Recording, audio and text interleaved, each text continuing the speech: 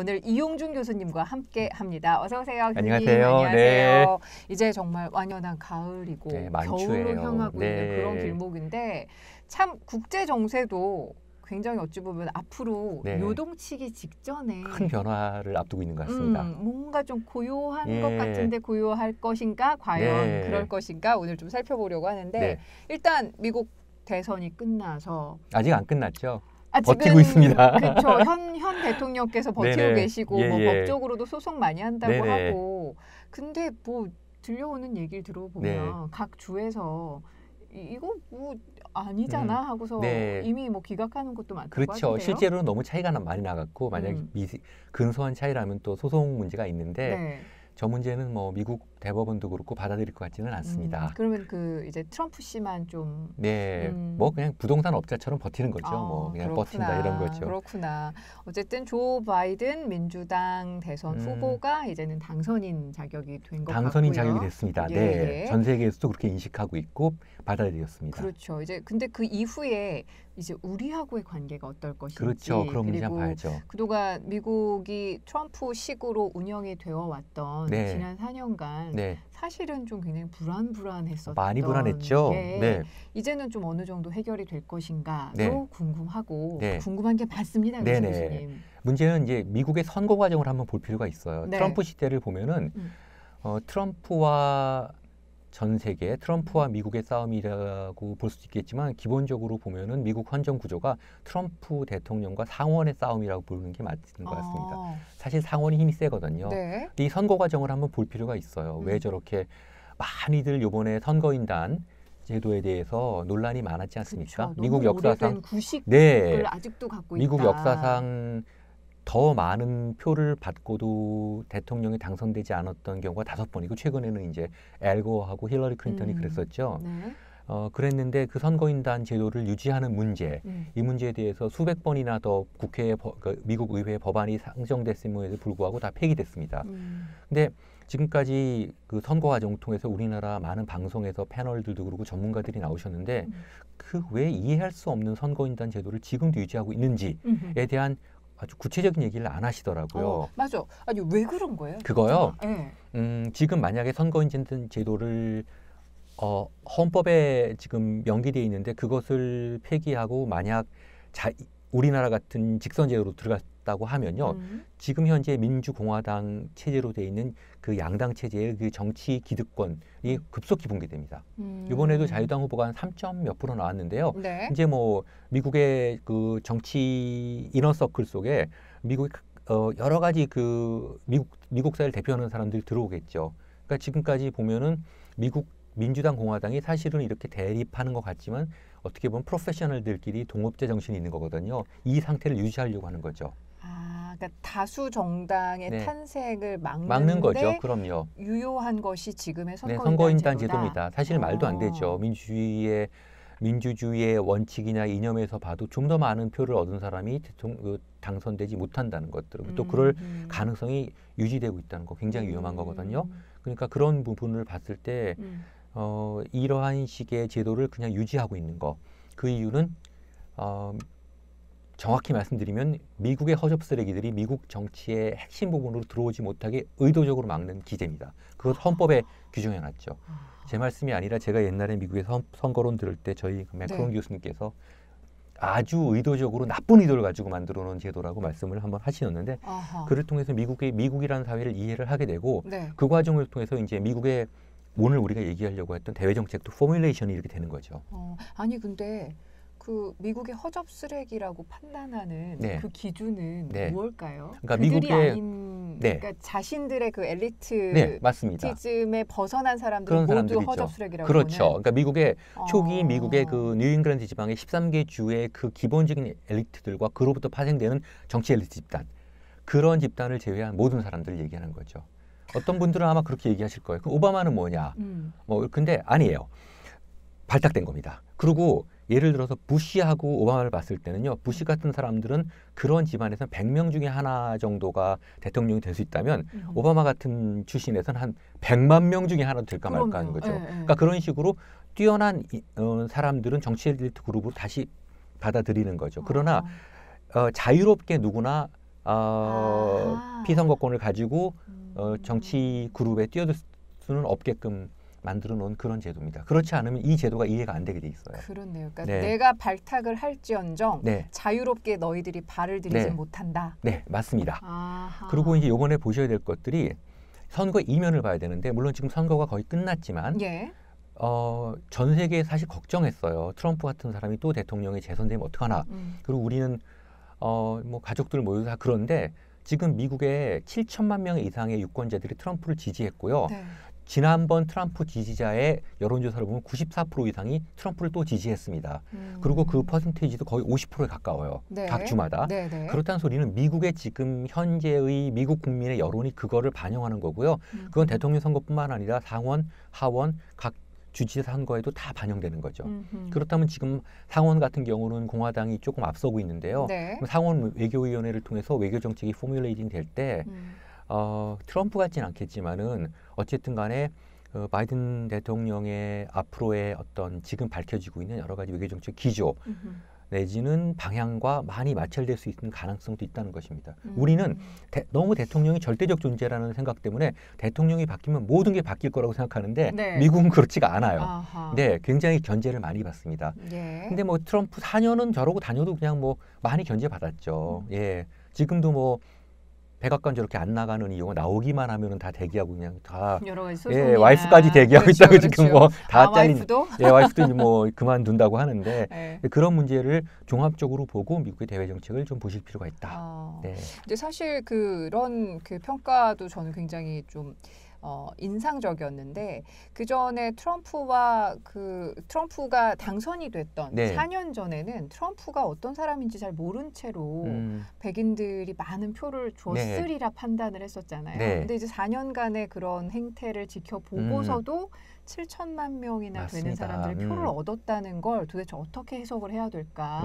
그런 고민들 많이 한다고 하더라고요. 미국의 펀더멘탈이 흔들리는 거죠. 기본적으로. 제가 재작년에 미국을 오랜만에 가봤었는데 예전에 제가 살던 미국하고 다른 미국이 돼 있더라고요. 어떤 면에서요? 글쎄 표현하기가 좀 그런데요. 자칫 잘못 오해가 될 수 있을 것 같아서 그 전통적인 미국의 그런 사회적인 모습이 좀 아니에요. 예컨대 뭐 스페인어가 거의 공용어화돼 있고 그렇다고 하죠. 그런 문제들 때문에 미국의 소위 그 좀 소외돼 있는 백인 그룹들의 불만들이 굉장히 폭증돼 있었던 것 같습니다. 그러나 어쨌든 그만큼 먹고 살기가 어렵다는 소리죠.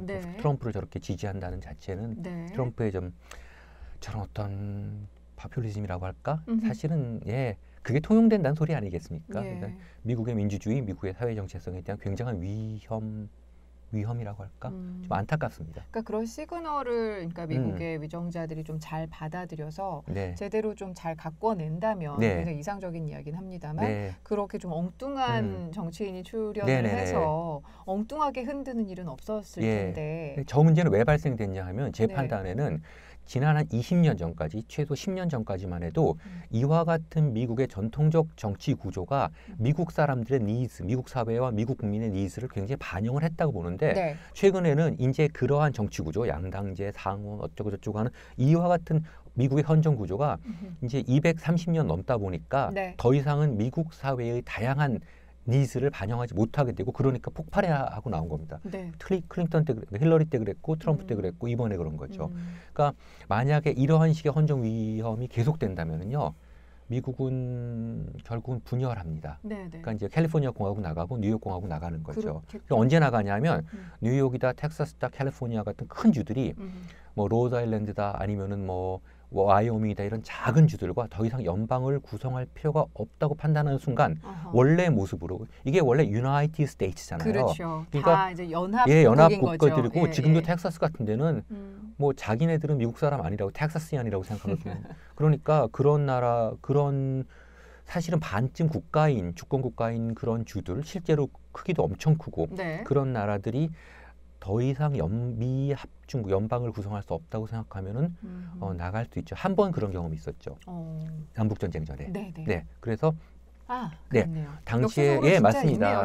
민주당 지금 우리가 민주당 그러면 좀 더 리버럴하고 인종 뭐라 그러죠? 인종 평등 뭐 이런 생각을 하지만 전통적으로 민주당은 사실은 굉장히 인종주의에 기반하고 노예제에 기반하고 있었거든요. 공화당이 반대고. 네. 근데 그때 공화당이 이제 안티 슬레이버리 그래갖고 반 노예제로 해갖고 나오고 링컨이 뭡니까? 공화당이잖아요. 그렇죠. 그러니까 남부 민주당들이 탈퇴한다고 나왔죠. 그러니까 연방 탈퇴하겠다 그러고 실제 공화당 대통령이 있는 연방에서 우리는 연방에 있을 필요가 없다 그러고 탈퇴하고 나니까 그다음에 이제 미국 역사상 최초로 내전이 발생된 전쟁이 발생된 거죠. 예, 그런 겁니다. 지금 어찌 보면 그럴 위기까지 좀 읽어야 될 것 같은 생각이 드네요. 제가 안타까운 거는 그 전체적인 미국 그 어떤 정치 메커니즘을 읽지 못하고 바이든은 어떨까 트럼프는 어땠는데 이렇게만 얘기 바이든의 대북 정책은 어떻고 이러는데 그쵸, 사실은 좀 조각내서 그렇게 해서는 안 돼요. 미국의 어떤 정책 결정, 정치적 큰 이니셔티브가 이제 나오는 그런 구조 자체를 이해한 다음에 그로부터 판단을 해야 되는 문제들입니다. 네. 알겠습니다. 자, 그러면 그래도 이제 조금 더 구체적으로 좀 살펴봐서 이제 조 바이든 당선인이 됐을 경우에 우리는 어떤 것들에 좀 영향을 받을 것인가? 이야기 나온 것들 중에 하나가 뭐 크게는 대북 정책에 대해서 고민을 많이 할 수 있을 것 같고 그리고 트럼프가 워낙 이제는 정말 그야말로 예전 그 고종시대에 쇄국 정책을 쓴 듯한 그런 느낌도 없지 않아 있어서 조 바이든은 다를 것인가라는 고민들 많이 하실 것 같아요. 어떤 것들이 있을까요? 네, 지금 상태로는요. 이제 조 바이든 당선인이 America is back 그렇지 않았습니까? 미국이 다시 돌아왔고 그다음에 존경받을 것이다 얘기했고 사실은 트럼프가 예외죠. 매우 예외적인 상황이었기 때문에 바이든은 기본적으로 첫 출발은 오바마 시절 정부까지의 기본적인 민주당의 대외 정책의 정강 기조를 유지하지 않을까 그렇게 생각을 합니다. 그렇다면 일단은 이제 이런 뭐 리얼리티 쇼처럼 대북 정책을 하기보다는 어떤 전략적 인내에 기초해 갖고 전체적으로 압박하는 방식으로 대북 압박을 들어가겠죠. 문제는 민주당 정부는요. 오바마 정부 때 중국으로부터 굉장히 많은 이득을 받았어요. 이 정치 자금도 그렇고 어마어마한 이게 다 돈이에요. 지금 조 바이든도 약간 그런 엄청 이야기 나가거든요. 그러니까 결국은 북한에 대한 압박은요. 이게 혼자 친다고 되는 게 아니라 중국하고 손발을 맞춰야 되는데요.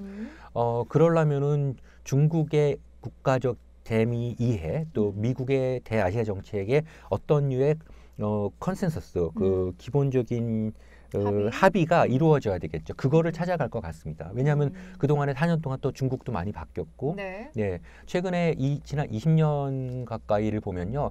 2000년에 비해서 올해까지 미국의 글로벌 GDP가 전 세계 GDP가 30%쯤 차지했던 게 지금 24% 정도인데요. 중국 같은 경우는 굉장히 낮았는데 지금 17%까지 올라갔습니다. 그러니까 그 지난 4년도 코로나 사태를 지나면서 어떨지 모르지만 어쨌든 중국하고 손발을 맞추지 않으면 대북 정책은 사실 효과를 거둘 수가 없습니다. 그렇지 않으면 그냥 유엔을 통한 그냥 제재밖에 없어요. 너희 굶어 죽어봐라. 근데 그게 안 되는 게 제가 이 자리에서 몇 번 말씀드렸지만은 중국이라는 나라가 있기 때문에 과거에 그 소련이 붕괴되고 동구권이 사회주의가 몰락할 때 그런 식의 경험을 가지고는 사실 북한에 대한 효과적인 어떤 통제를 할 수가 없게 돼 있습니다. 그래서 그러면 간단하게 이해했을 때 트럼프는 그동안 너무나 이런 문제에 있어서 북미 직접 협상을 강조하면서 중국을 약간 따시켜 왔고 근데 이제 조 바이든 당선인이 들어가면서 중국을 이용해서 북한과 협상을 조금 더 적극적으로 해볼 수도 있겠다. 일단은 시작은 이제 원래의 오바마 시절에 오바마 대통령이 혼자 결정하는 게 아니지 않습니까? 민주당의 기본적인 대북 정책의 기조, 정강 기조, 그다음에 이데올로기 이런 부분들로 다시 돌아가겠죠. 그리고 이제 시작하지 않겠습니까? 하나 생각하셔야 될 거는요. 우리는 미국을 보면서 미국이 맨날 우리 생각할까 그러는데 미국은 전통적으로 유럽에 대한 관점이 크고요.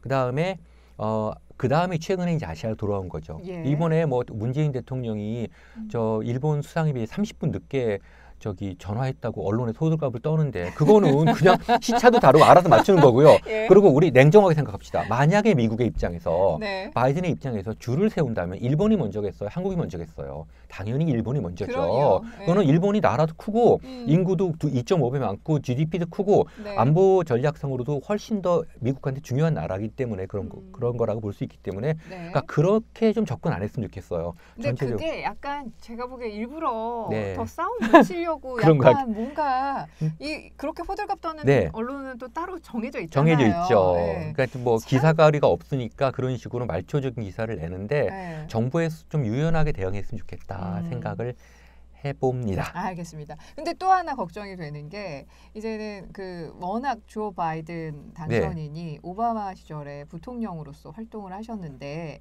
오바마 시절에 우리와 아까 북미 관계가 네. 그닥 네. 옳지 않았지 않았나요? 예. 지금 그러니까 옳지 않다라는 표현을 제가 맞습니다. 쓰는 예, 게 예. 맞을지 모르겠으나 네. 아무것도 안 했으니까. 안 했죠. 너무 사실은. 아무것도 안 했으니까. 사실은요. 지금 북미 관계는 정말 일종의 그 길 잃은 양처럼 안개 속에 있어요. 네, 지금 네. 서로 모릅니다. 예. 미국도 사실은 북한에 대한 이해가 깊지가 않고 한반도 문제에 대해서도 그렇거든요. 근데 중국이라는 새로운 변수가 나오니까 사실 미국은 전통적으로 여러 번 말씀드렸지만 챌린저를 용납하지 않습니다. 세계 정치에 있어 전후에 특히.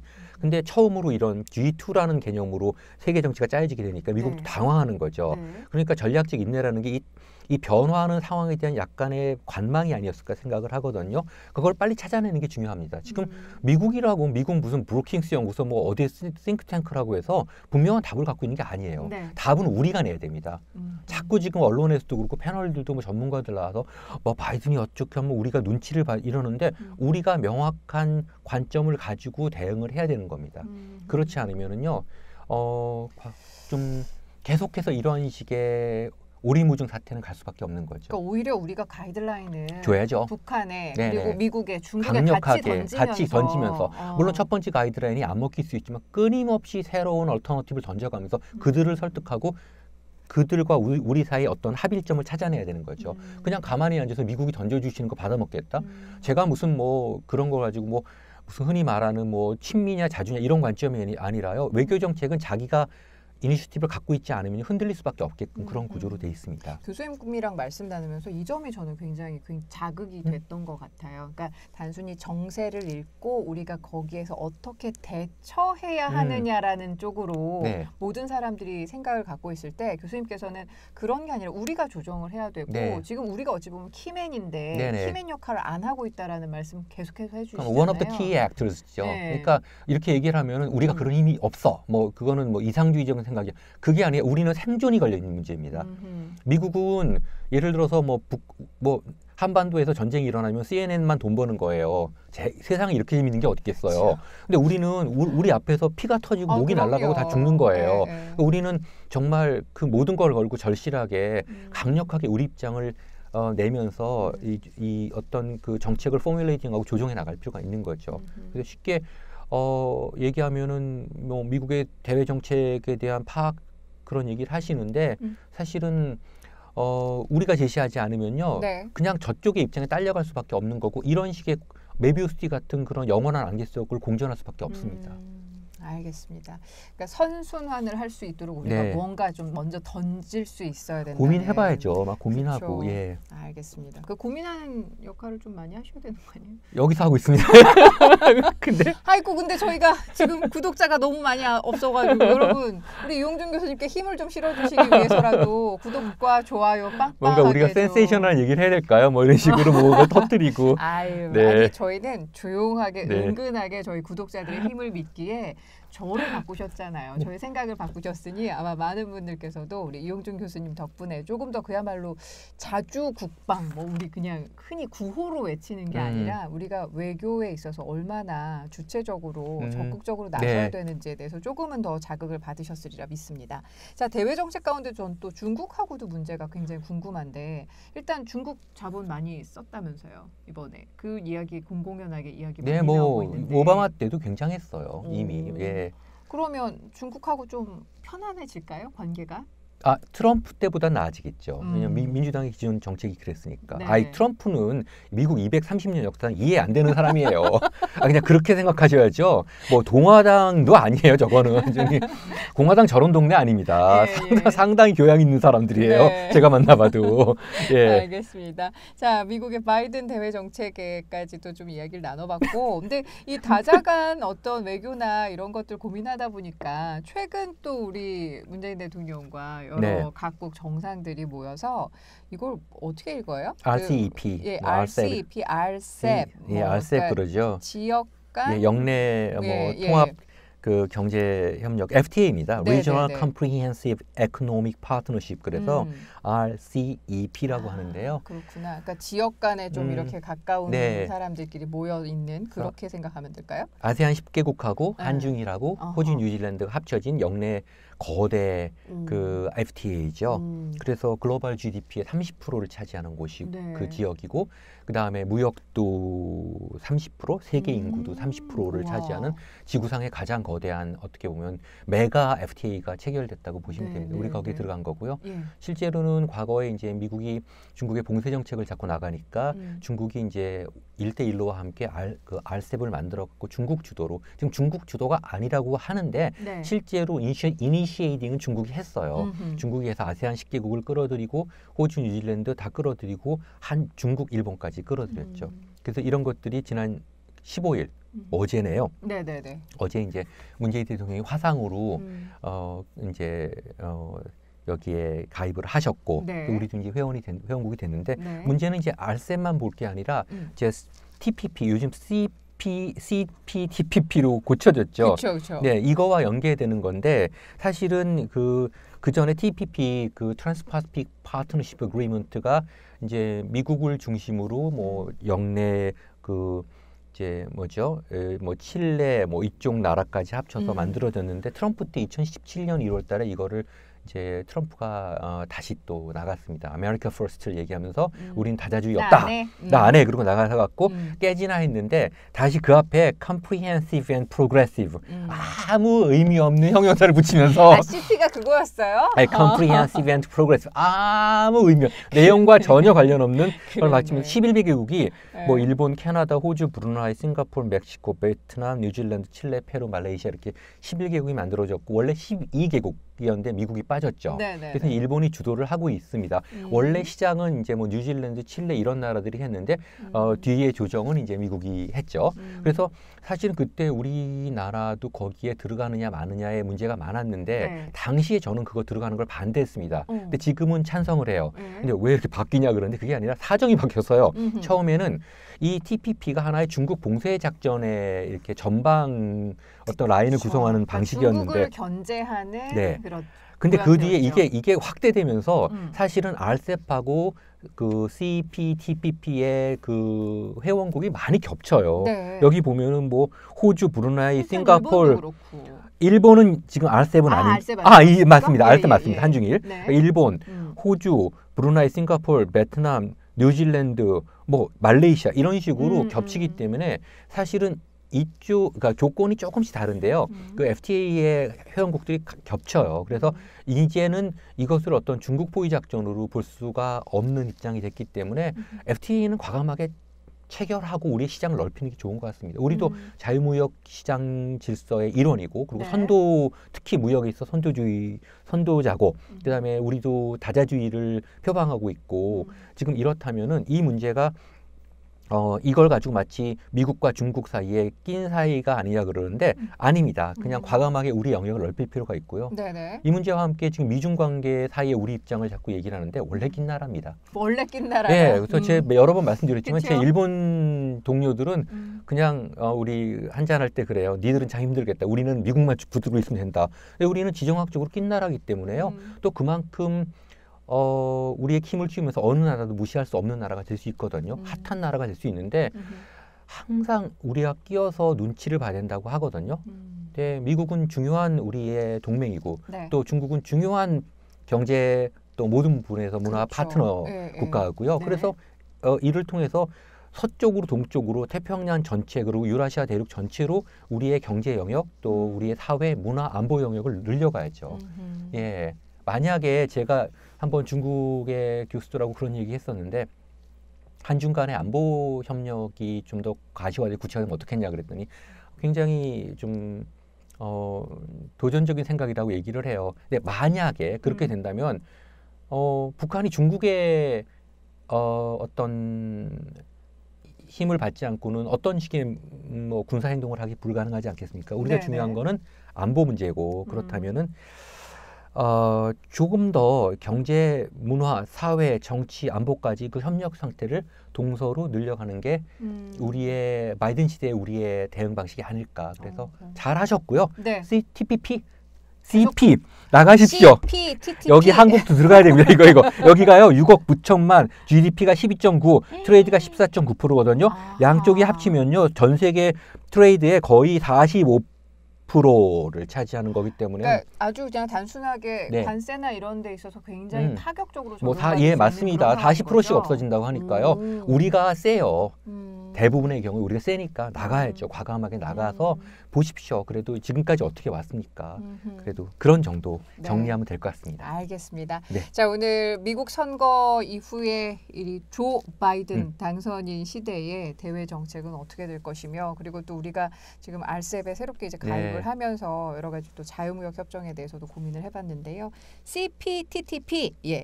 CPTPP 맞습니다. 이렇게 하니까 알겠네요. 컴프레시브, 프로그레시브가 앞에 붙었다고 진짜 하는데 말도 안 되는 참 말만 트럼프 예. 트럼프식 트럼프, 예. CPTPP 우리도 가입하기를 바란다는 말씀까지 전해드리면서 저희 인사드릴게요. 다음 이 시간에 뵙겠습니다. 고맙습니다. 네, 감사합니다. 네.